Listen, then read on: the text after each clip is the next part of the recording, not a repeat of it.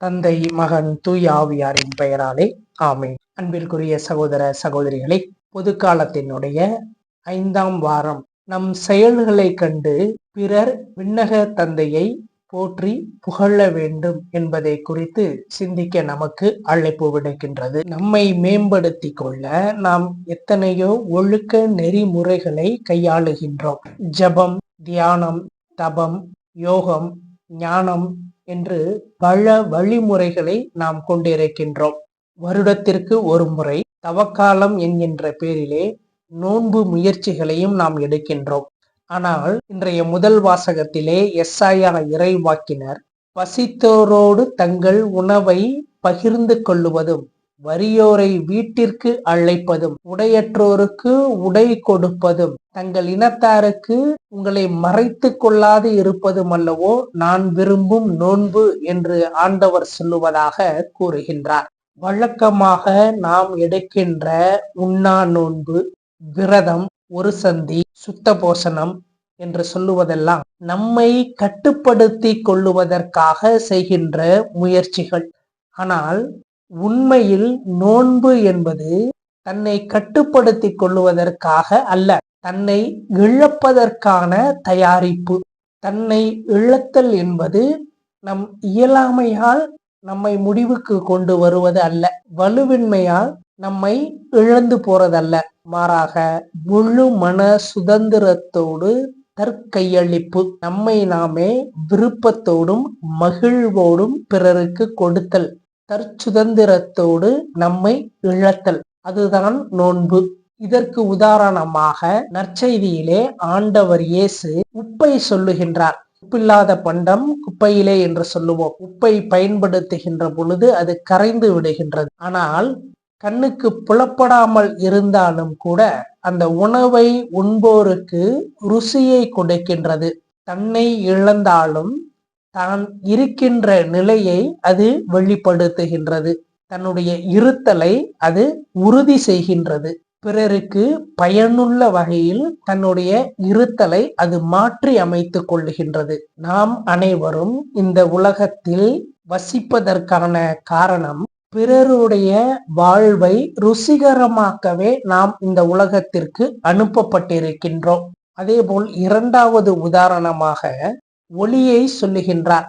நாம் அனைவரும் இறைவனிடமிருந்து வந்த ஒளி. நம்மை நாம் ஒளி என்பதையே மறந்து விட்டோம். ஆன்மா என்பது ஒளிதான். இந்த ஒளியானது விளக்கு தண்டிலே இருக்கின்ற பொழுது பிறர் அனைவரும் இடறி விழாமல் இருக்க, இருளிலே நடக்க அவர்களுக்கு துணை புரிகின்றது. அதுபோல பிறருடைய வாழ்வை எளிமைப்படுத்த நாம் கடமைப்பட்டிருக்கின்றோம்.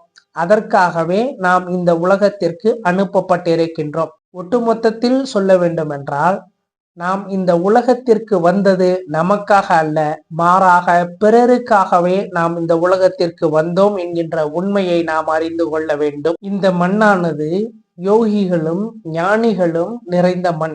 அவர்கள் எடுத்த ஒருத்தல் முயற்சிகள் அனைத்துமே தங்களை ஒடுக்கிக் கொள்வதற்காக மட்டுமல்ல, மாறாக அதன் மூலம் பெற்ற பயனால் இந்த உலகில் வாழ்வோர் அனைவரும் பயன்பெறவே அதனை பயன்படுத்தினார்கள். தன்னை இழத்தல் என்பது தன் உடல், பொருள், உயிர், உரிமை அனைத்தையும் இழத்தலாகும். ஆண்டவர் இயேசு கல்வாரி மலையிலே, சிலுவையிலே இதனை செய்து காட்டினார். தன்னை முழுமையாக இந்த உலகத்தினுடைய ஈடேற்றத்திற்காக, இறை அன்பை அனைவரும் அனுபவிக்க வேண்டும் என்பதற்காக தன்னை முழுமையாக ஒப்பு கொடுத்தார்.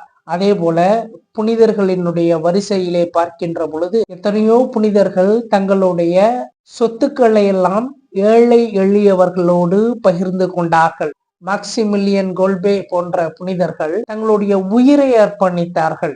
ஹிட்லரினுடைய சிறையிலே ஒரு கைதிக்காக தன்னுடைய உயிரை அவர் அர்ப்பணித்தார். ஆனால் ஒவ்வொருவரும் அவர்களுக்கு உரிய முறையிலே தங்களை கையளித்தார்கள். ஆனால் ஒட்டுமொத்த தற்கையளிப்பு என்று வருகின்ற பொழுது ஆண்டவர் இயேசு அதனை சிலுவையிலே நிகழ்த்தி காட்டினார். இந்த தற்கையளிப்பை 3 விதமாக பிரிக்கலாம். பிரபஞ்ச போகத்தில் வெறுப்பு, சிற்றின்பத்திலே மூழ்கி திளைத்து விடாமல் அந்த சிற்றின்பத்தை ஒதுக்கி அதனை வெறுத்து வாழ்வது. இரண்டாவதாக உயிர்கள் மீது கொள்ளுகின்ற கருணை, உயிர்கள் மீது கொள்ளுகின்ற தயவு, பிற உயிர்களினுடைய துயரத்தை துடைக்க கூடியவர்களாக வாழுதல். மூன்றாவதாக இறைவன் மீது கொள்ளுகின்ற மாறாத அன்பு. இதைதான் நாம் பக்தி என்று அழைக்கின்றோம்.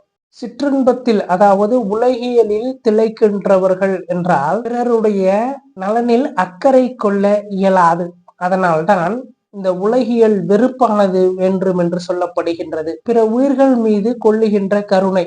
நல்ல குடும்பத்தில் பிறந்தவர்களுடைய குணச்சிறப்பு என்பது என்ன என்றால், தன்னிடம் பிறர் தன்னுடைய இயலாமையை சொல்லி உதவி கேட்கும் முன்னரே அவருடைய நிலையறிந்து அவருக்கு உதவி செய்கின்றவர் தான் நல்ல குடும்பத்தில் பிறந்தவர்களினுடைய குணச்சிறப்பு என்பதனை வள்ளுவர் சொல்லுகின்றார். இளனென்னும் எவ்வம் உரையாமை ஈதல் குல நுடையான் கண்ணே உள என்று சொல்லுகின்றார். குறள் 223.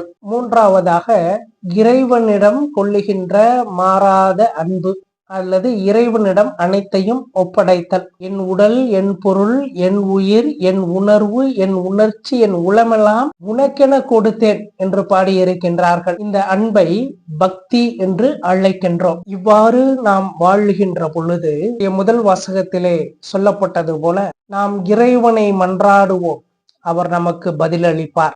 நாம் இறைவனை நோக்கி கூக்குரலிடுவோம், இதோ நான் என்று அவர் நமக்கு மறுமொழி தருவார்.